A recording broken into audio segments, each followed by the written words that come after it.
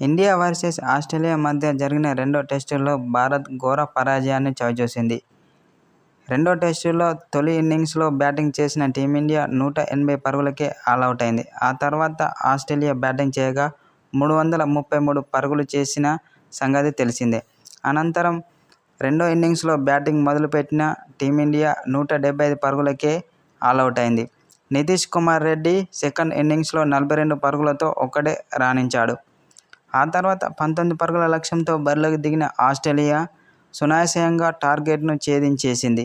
దీంతో 5 టెస్టుల బోర్డర్ గవాస్కర్ ట్రోఫీలో భాగంగా ఇరు జట్లు 1-1తో సమంగా నిలిచాయి. దీంతో అనంతరం టీమిండియాపై కీలక వ్యాఖ్యలు చేసిన ఆస్ట్రేలియా కెప్టెన్ పాట్ కమిన్స్.